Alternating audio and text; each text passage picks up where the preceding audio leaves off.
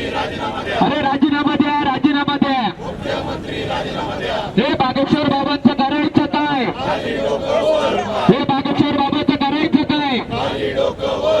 आमच्या राज्याचा अपमान करणारा मुख्यमंत्र्यांचं करायचं काय? धीरेंद्र शास्त्री उर्फ बागेश्वर बाबा यांनी छत्रपती शिवाजी महाराजांबद्दल केलेलं वादग्रस्त वक्तव्य याचा निषेध पुणे काँग्रेसकडून या ठिकाणी केलं जात आहे। पुण्यातील जिल्हाधिकारी कार्यालयाच्या समोर अशा पद्धतीने जोरदार आंदोलन केलं जात आहे, घोषणाबाजी दिली जाते। या ठिकाणी नेमकं यांचं म्हणणं काय आहे हे आपण थेट काँग्रेस अध्यक्ष अरविंद शिंदे यांच्याकडून जाणून घेऊयात।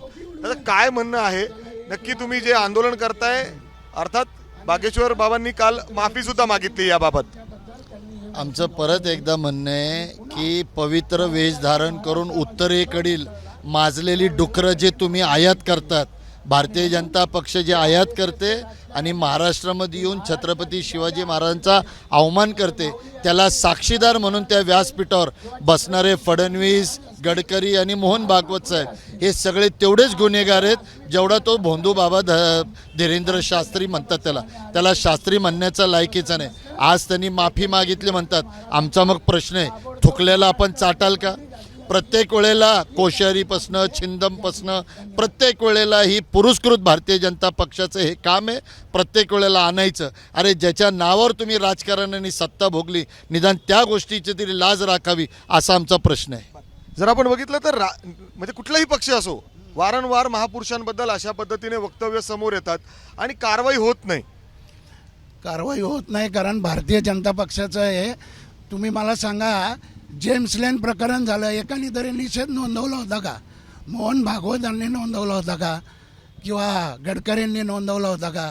किंवा देवेंद्र फडणवीस तेव्हा विरोधी पक्षनेता होते, त्यांनी नोंदवला होता का? ही मोठी कॉन्स्पिरसी आहे, हे षडयंत्र आहे आणि हे RSSचं षडयंत्र आहे।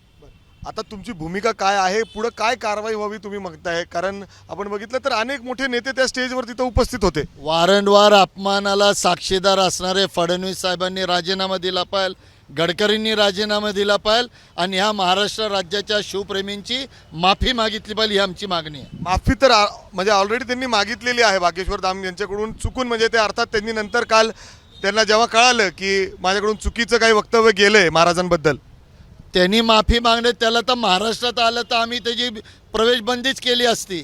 पण ज्याला महाराष्ट्राचा सर्व इतिहास माहिती आहे, छत्रपतींचा इतिहास माहिती आहे, त्या फडणवीस आणि गडकरींनी माफी मागितली पाहिजे आणि राजीनामा दिला पाहिजे असं आमचं मत आहे। महिला देखील आहेत, काय वाटतं तुम्हाला अशा पद्धतीने जे वक्तव्य होत आहेत त्याबद्दल?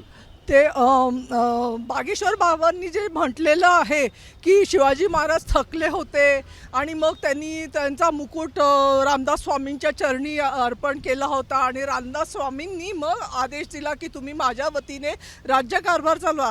शिवाजी महाराज आणि त्यांचे मावळे कधी थकले नाही, कधी झुकले नाही, कधी थांबले नाही आणि त्यांना थकलेलं असं म्हणणं हे फारच अपमानास्पद आहे। आम्हा सगळ्यांना सुद्धा असंच वाटतं। अर्थात जर आपण बघितलं तर काँग्रेसकडून अशा पद्धतीने निषेध केला जात आहे। बाबा बागेश्वर यांचा फोटो आहे, त्याचा देखील या ठिकाणी निषेध केला जात आहे आणि आपण बघितलं तर अनेक मोठे नेते त्या मंचावर उपस्थित होते जेव्हा अशा पद्धतीने वक्तव्य केलं होतं आणि त्यांची आता राजीनाम्याची देखील मागणी पुण्यातील काँग्रेसच्या या सगळ्या पदाधिकाऱ्यांकडून केली जाते आणि सातत्याने असे महापुरुषांबद्दल वक्तव्य केले जातात, वादग्रस्त वक्तव्य केले जातात, त्यांच्यावर कठोर कारवाई करण्याची गरज आहे अशी देखील मागणी या सगळ्या काँग्रेसच्या पदाधिकारी आणि कार्यकर्त्यांकडून होताना दिसतीये।